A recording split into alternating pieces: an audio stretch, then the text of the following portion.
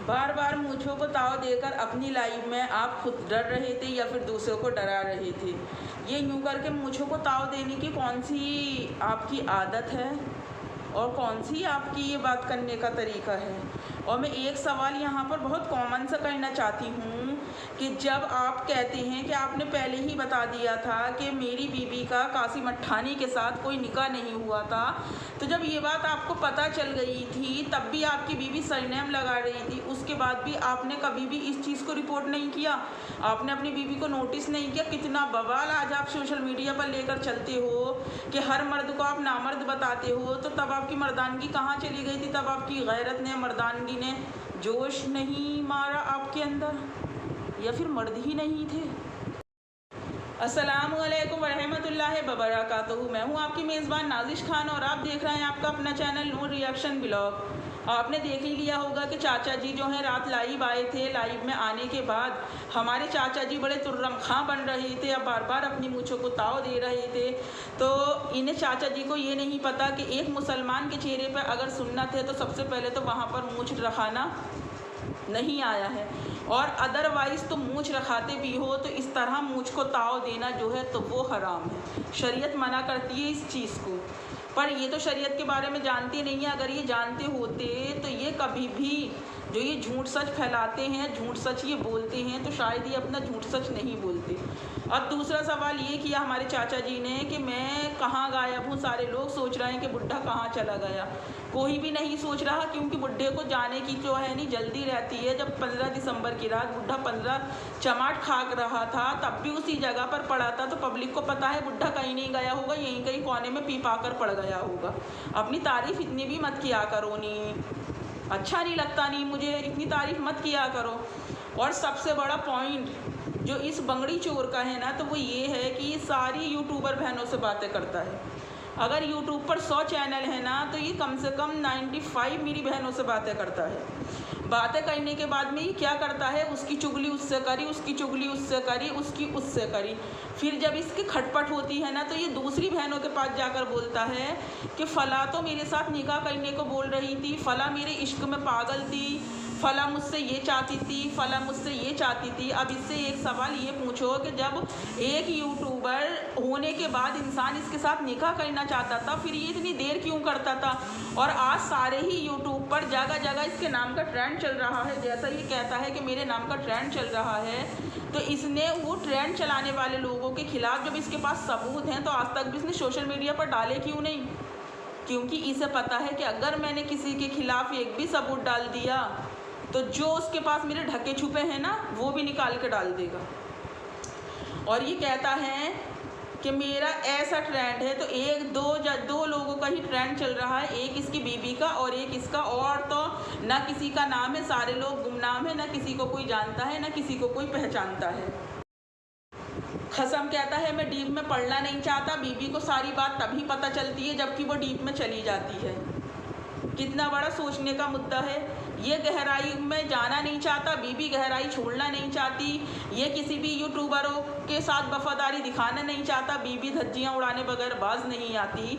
तो मैं इस बंगड़ी चोर से ये सवाल करना चाहती हूँ कि रे बंगड़ी चोर, अब इतनी उम्र में भी जो ये हराम के ढक्कन की तरह सड़क पर इधर से उधर मारा खदारा फिरता है, फिर कितनी शान से आकर ये शख्स बोलता है कि मेरे किसी का भी 1 रुपया नहीं खाया नहीं, मैं किसी का पैसा लिया नहीं, मैं सबका पैसा दूंगा नहीं। तो ये पजामे में जो चूहे डाले फिरता है अपने, तो ये बता इतनी उम्र में तो इंसान बहुत ज़्यादा बुर्दबार हो जाता है।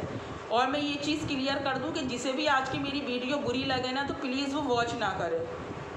क्यों? क्योंकि इस बंगड़ी चोर की तरफ से मेरा बहुत ही खून खोल रहा है। ये बंगड़ी चोर क्या कह रहा था कि मैं उस लाइव वाली के साथ लाइव में इसलिए जुड़ा था कि वो लाइव वाली बहुत उछल रही थी, मैंने तुझे इनवाइट किया था। अरे जब लाइव करता था तब तो मेरे पास मैसेज भेजता था कि बेटा मेरी लाइव में ज़रूर ऐड होना, तू बहुत अच्छा बोलती है मेरी देव। और फिर जब मैं इसकी लाइव में नहीं जाती थी ना, तब भी एकदम मैसेज करके बोलता था कहाँ थे बेटा आप, मेरी लाइव में नहीं आए। और एक तरफ बोल रहा है कि वो बहुत ज़्यादा कूद रही थी। अभी तूने मेरा कूदना देखा नहीं है बंगड़ी चोर। जिस दिन कूदने पे आ गई ना, तो उस दिन ये अपना कफनी पजामा और किराए की टी-शर्ट लेके नहीं भागा भागा फिरेगा, तुझे ऐसा दूंगी ऐसा दूंगी। वो कहते नहीं है दाग अच्छे हैं, सर्फ एक्सल डाले बगैर नहीं तुझे उसमें आले में भिगो के तेरे सारे दाग क्लियर कर दूंगी। तेरी बीबी को तो दाग मिटवाने के लिए वो करना पड़ लिया है ना, तुझे बिना यूं यूं करे, बिना बुरुश लगाए ऐसा धोऊंगी कि तू याद रखेगा। वाकिफ नहीं है अभी तू मुझसे। बदतमीज़, सबको धी बेटी बोलता है, सबको अपनी बहन बनाता है, सबको कहता है तू मेरी माँ जैसी है, तू मेरी औलाद जैसी है। तो तू अपनी माँ के साथ भी निकाह कर लेता, तू अपनी औलाद के साथ भी निकाह पढ़वा लेता। तेरी औलाद तेरे ऊपर भी गलत निगाह रख रही है, कम से कम अपनी उम्र तो देख ले। सटावे में आ गया हराम के ढक्कन।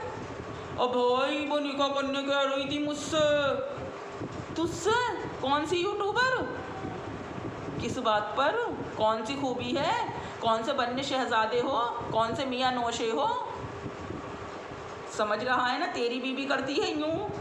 अगर हम सारे यूट्यूबर एक हो गए तो देख हम करेंगे यूँ। तेरी बीबी सबको यूँ कर करके दिखाती है ना कि ये कर दी, तो हम करेंगे फिर यूँ। आ गई ना तेरी बात पल्ले। और देख इसमें इतनी तकलीफ़ ना होगी तेरे जितनी इसमें तकलीफ़ होगी। इसीलिए किसी भी यूट्यूबर के लिए बोलता हुआ बहुत बड़ा मर्द बन रहा था ना तू अपनी लाइफ में बैठकर। तुझे पता भी है कि मर्द किसको कहते हैं? अरे नालायक, जो सड़क पर कुत्ता फिरता है ना वो भी देख टांग उठाकर मूतता है, तो मर्द की कैटेगरी में तो वो भी आता है। कितनी नार को अपने पीछे लेकर चलता है। मर्द है तू, मर्द। लानत तेरी जिंदगी पर, थू है तेरे ऊपर।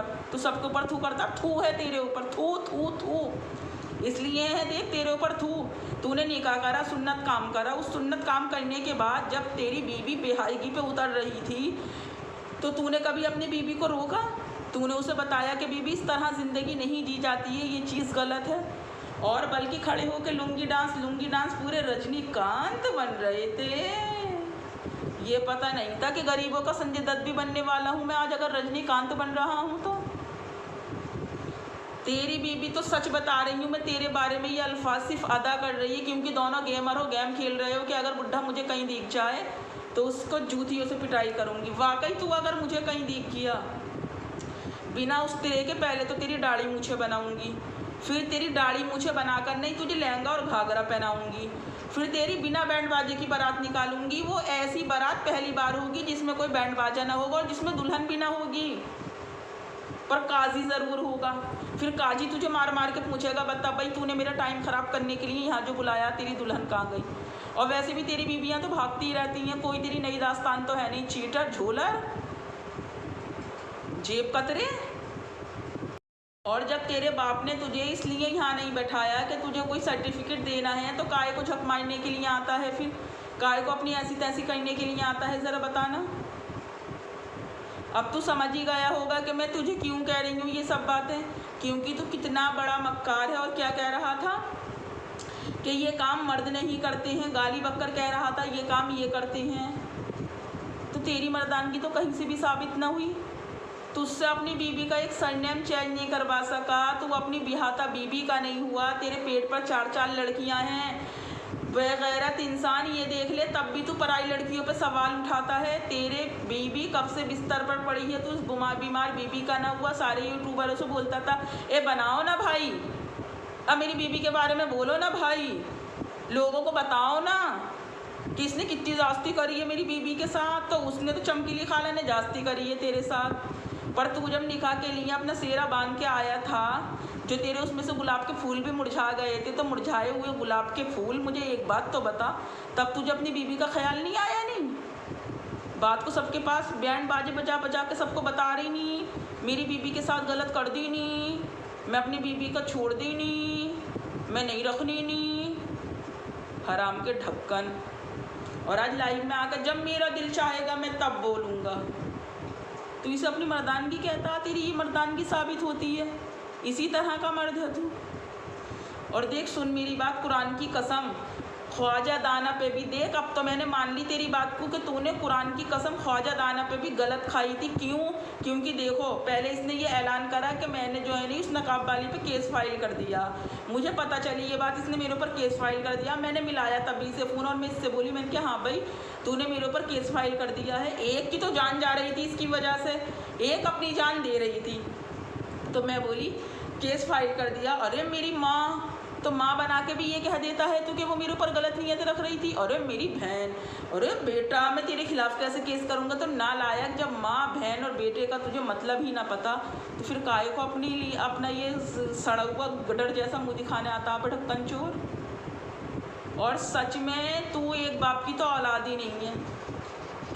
एक बाप की अगर तू औलाद होता तो ज़बान को इस उम्र में ताला डाल के और बैठ जाता और किसी के भी मुंह ना लगता, किसी की इज्जत अफजाई नहीं करता। अगर तू किसी के बारे में ना बोलता ना तो आज तेरे बारे में भी कोई नहीं बोल रहा होता। पर तुम दोनों मियाँ बीवी को जो है नहीं मज़ा पड़ गया है, क्योंकि तुम्हें कमाई तो होती नहीं है। सारे यूट्यूबरों को कमाई हो रही है, सारे यूट्यूबर कटोरा लेकर बैठे हैं वाईटी पर। बस एक तुम ही ऐसे हो जो कटोरे की जगह बैग लेकर बैठे हो। क्यों? क्योंकि तुम्हारे बैग भर रहे हैं।